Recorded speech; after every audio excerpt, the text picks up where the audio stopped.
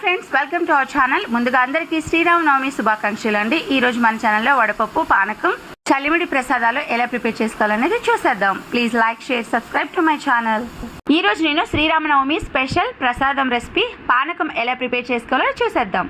పానకం కోసం ఒక బౌల్లో 1 కప్పు వరకు బెల్లాన్ని, 2 కప్పుల వరకు వాటర్ని యాడ్ చేసుకోవాలండి.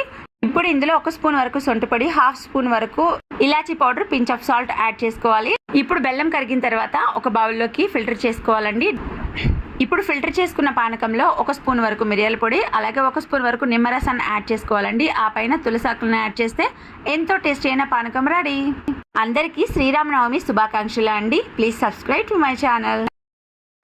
ప్రసాద రెసిపీలో సెకండ్ రెసిపీ వచ్చేసి వడపప్పు అండి. వడపప్పు ఒక్కొక్క ప్లేసెస్లో ఒక్కొక్కలా చేస్తారు. ఇప్పుడు ఎలా ప్రిపేర్ చేసుకోవాలో చూసేద్దాం.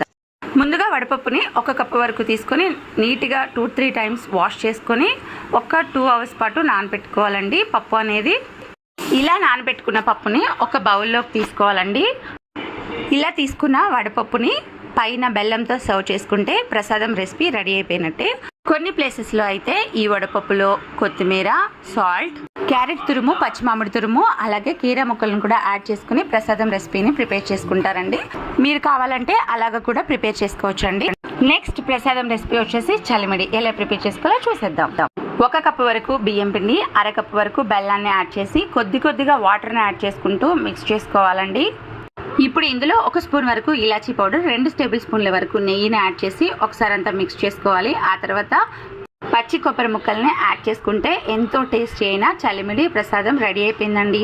మనం ప్రిపేర్ చేసిన పానకం, అలాగే వడపప్పు, చలిమిడితో పాటు పరమాన్నం, ఇలా రెసిపీస్ అయితే కూడా దేవునికి నైవేద్యంగా పెడతారండి. సో పులిహోర ఎలా ప్రిపేర్ చేసుకోవాలని మన ఛానల్లో ఆల్రెడీ ఉంది. మీరు కావాలంటే అక్కడ చెక్ చేయొచ్చు, ఐ కార్డ్లో ఇస్తా.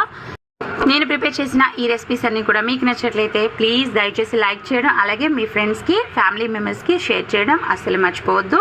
మరిన్ని టేస్టీ అండ్ ఇంట్రెస్టింగ్ రెసిపీస్ కోసం నా ఛానల్ని సబ్స్క్రైబ్ చేయండి. Thank you so much. Thanks for watching my video.